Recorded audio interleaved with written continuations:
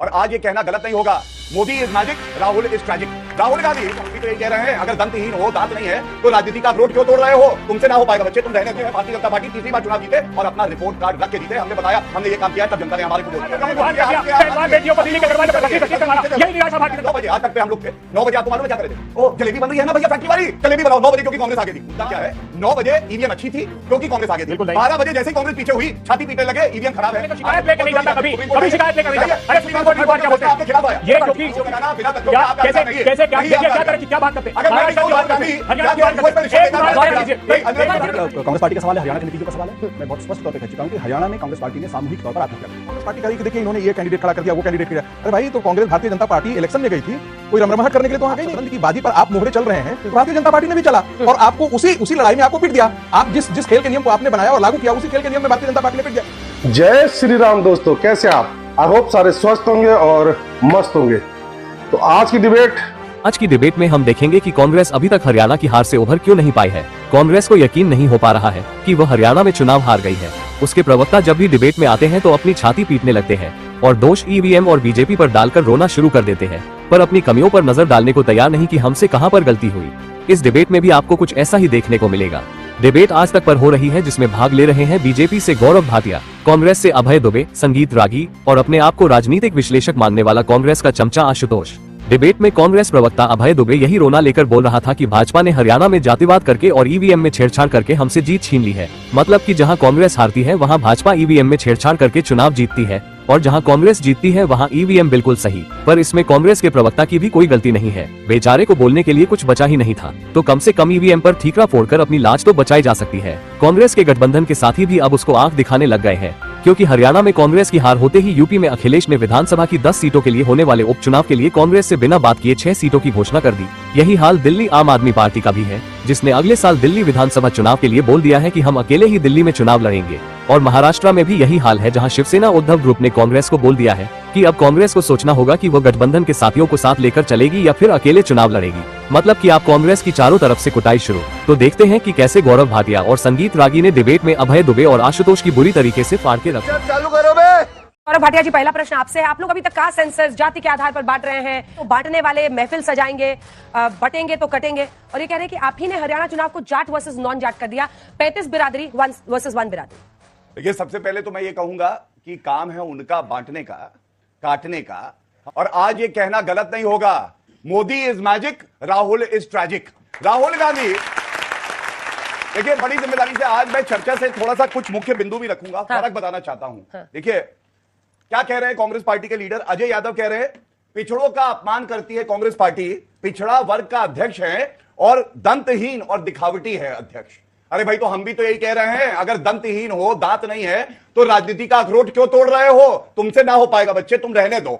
दूसरी बात, इनकी कुमारी शैलजा जी कहती हैं, जब प्रचार खत्म हुआ उससे एक दिन पहले की बात है, मंच पे दीपेंद्र हुड्डा थे और एक कांग्रेस की नेत्री के साथ छेड़छाड़ होती है, फिजिकली अब्यूज किया जाता है। लड़की हूं, लड़ सकती हूं, प्रियंका गांधी वाड्रा क्या एक शब्द बोली? नहीं बोली। सोनिया गांधी बोली? नहीं बोली। और आपने अभी कहा कि हम बांट रहे हैं हमारा वोट बैंक, हर भारतीय हमारा वोट बैंक है और अपना रिपोर्ट कार्ड रख के जीते। हमने बताया हमने ये काम किया, तब जनता ने हमारे को वोट दिया है, ये बड़ी बात है। अभय जी, कब तक दूसरों पर गलतियां थोपिएगा? इन्होंने जाट वर्सेस नॉन जाट कर दिया। अरे साहब, आपने किया, आपने कुमारी शैलजा के खिलाफ बयान देने वाले को, आपको याद होगा, उनकी जाति के आधार पर ऐसा अपमानित शब्द बोला जो कि हम लोग रिपीट नहीं कर सकते टीवी पर। वो खुद सामने आकर कह रही थी कि मेरी अनदेखी हो रही, मैं उकलाना से सीट पे चुनाव लड़ना चाहती थी। आपने पहलवान बेटी का पहले नैरेटिव छेड़ा, उन्होंने दलित बेटी का छेड़ दिया। आप ही की पार्टी की नेत्री की जो आपने अनदेखी की, वो आपको भारी पड़ा। भारतीय जनता पार्टी में क्या हुआ था? 36 बड़े नेता भारतीय जनता पार्टी को छोड़कर गए। कौन थे? करण कंबोज, ओबीसी विंग के भारतीय जनता पार्टी के अध्यक्ष। क्या कहा उन्होंने कहा कि ओबीसी समाज के खिलाफ इतनी घृणा भारतीय जनता पार्टी में भरी है, मैं नहीं रहना चाहता भारतीय जनता पार्टी में। मिस्टर तंवर थे, जो दलित नेता 37 साल से भारतीय जनता पार्टी में थे, क्यों भारतीय जनता पार्टी छोड़कर चले गए? किसान मोर्चा के भारतीय जनता पार्टी के अध्यक्ष डांगी जी, उन्होंने भारतीय जनता पार्टी छोड़ दी, क्यों? उन्होंने कहा फसलों के दाम मांगने पर जो राजनीतिक दल किसानों को कुचलने का दुष्कर्म और पाप करे, उस राजनीतिक दल में मैं नहीं रहना चाहता। पहलवान कब छोड़ा सर? एक सेकंड, 36 नेता अभी कब छोड़ा? ये लिस्ट अभी टिकट बंटवारे के बाद टिकट नहीं मिले। आप समझिए सर गंभीरता को। आपने इसको जाट वर्सेस नॉन जाट होने दिया। 20% दलित वोट है हरियाणा में।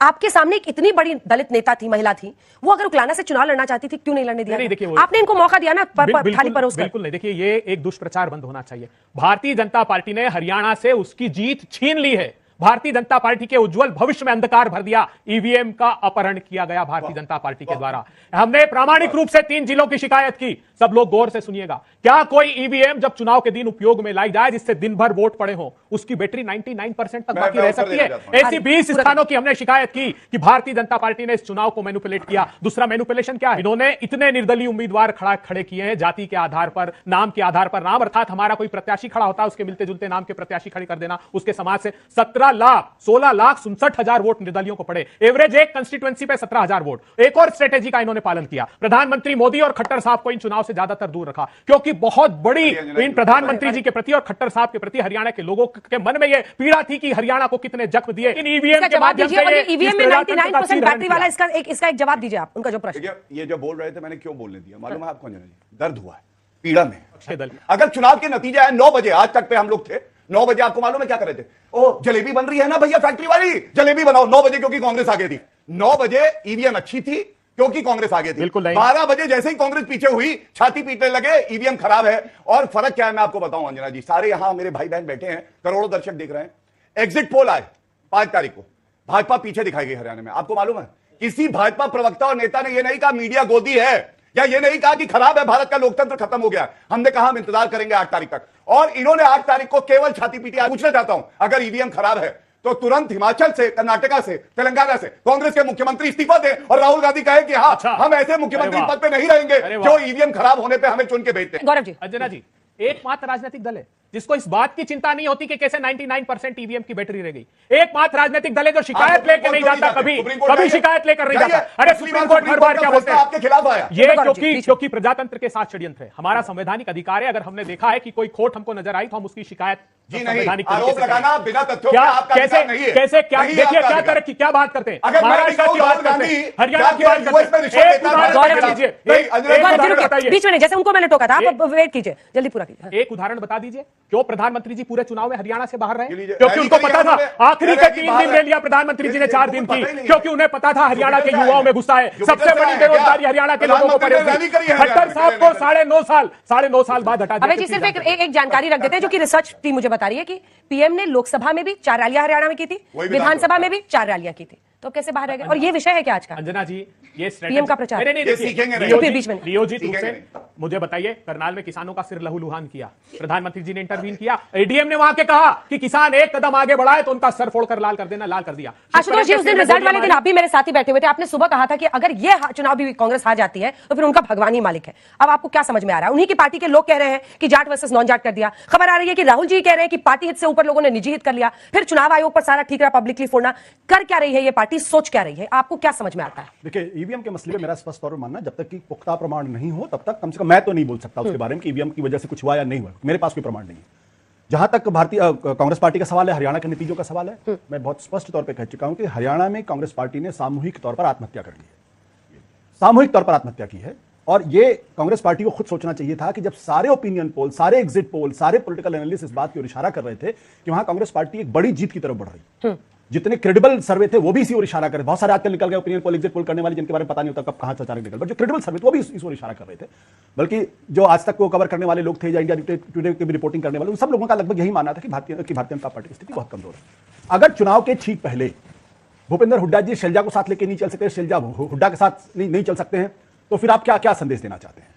और यही असली कारण है जिसकी वजह से वहां पे भारतीय जनता पार्टी की हार हुई, अब जीत हुई है। और अब पहली बार मैंने ये देखा है कि जब हरियाणा में बैनर्स एंड पोस्टर्स में प्रधानमंत्री नरेंद्र मोदी की स्टैम्प साइज की फोटो, नायब सिंह सैनी की स्टैम्प साइज की फोटो और आम आदमी की तस्वीर बहुत बड़ी थी, इसका मतलब ये कि भारतीय जनता पार्टी को इस बात का पूरा एहसास था। एक काउंटर क्वेश्चन है मेरा, क्या आपको लगता है कि जो बीजेपी के लिए वोट डाल रहा है वो नहीं समझ रहा है कि ये वोट किसको जा रहा है? ये वोट नायब सिंह सैनी और मोदी को जा रहा है? देखिए, जो बात फोटो लगा देने से ये तय होगा कि कौन जीत रहा है, कौन? समझने वाली बात क्या है कि Hindustan first past post system है। एक भी पॉलिटिकल पार्टी हारती है, इसका मतलब ये कांग्रेस इनके बीच का वोट परसेंटेज क्या है?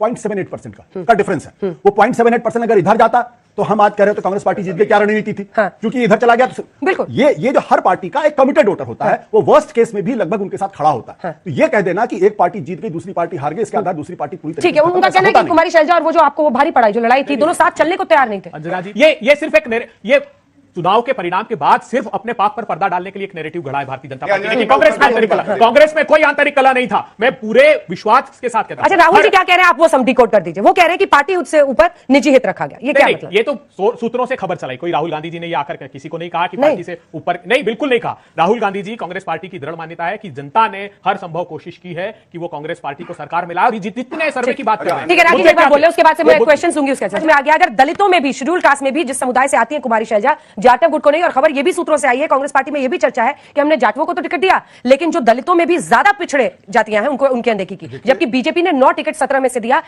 जो extremely deprived sections of social schedule caste है। देखिए, गले में सांप जो है डालने के लिए शंकर बनना पड़ता है। जिसको जो शंकर नहीं है उसको तो डस ही लेगा वो नाग। तो कांग्रेस पार्टी ने जिस जातीय राजनीति का खेल 2024 के चुनाव में किया था, वो कांग्रेस को ही खा गया। और प्रधानमंत्री जी ने ठीक कहा। तो आप कह रहे हैं कि बीजेपी ने वही कार्ड खेला, जाति कार्ड खेला। मैं अपनी बात कह रहा हूँ, मुझे अपनी बात कहने दीजिए। नरेंद्र मोदी जी ने कहा था भाई ये बटो मत, बटा नहीं, हिंदू समाज इकट्ठा रहा, बटा नहीं, और बटा नहीं तो उसका परिणाम सामने देखने को आया। आप सोचिए कि जाति 2.7% वाली जाति सैनी है, उसका मुख्यमंत्री है और वो जीत रहा है, वो चुनाव का नेतृत्व कर रहा है हरियाणा के अंदर, और सारे लोग उसके इकट्ठे होते हैं। 25% वोट बैंक वाली जाति आपका हो गया, जिसका कांग्रेस नेतृत्व कर रही थी, उसके साथ नहीं खड़ी हुई। दूसरी बात, कांग्रेस पार्टी कह रही कि देखिए इन्होंने ये कैंडिडेट खड़ा कर दिया, वो कैंडिडेट किया। अरे भाई, तो कांग्रेस, भारतीय जनता पार्टी इलेक्शन में गई थी, कोई रमरमाहट करने के लिए तो वहां गई नहीं थी, वहां कोई मेडिटेशन और चिंतन करने के लिए तो गई नहीं थी। आप शतरंज की बाजी पर आप मोहरे चल रहे हैं, तो भारतीय जनता पार्टी ने भी चला और आपको उसी लड़ाई में आपको पीट दिया। आप जिस खेल के नियम को आपने बनाया और लागू किया, उसी खेल के नियम में भारतीय जनता। आई होप कि आपको डिबेट पसंद आएगी। डिबेट पसंद आए तो लाइक कीजिए, शेयर कीजिए और चैनल पर नए तो सब्सक्राइब कीजिए। मिलता हूं फिर किसी नई डिबेट के साथ, तब तक जय श्री राम।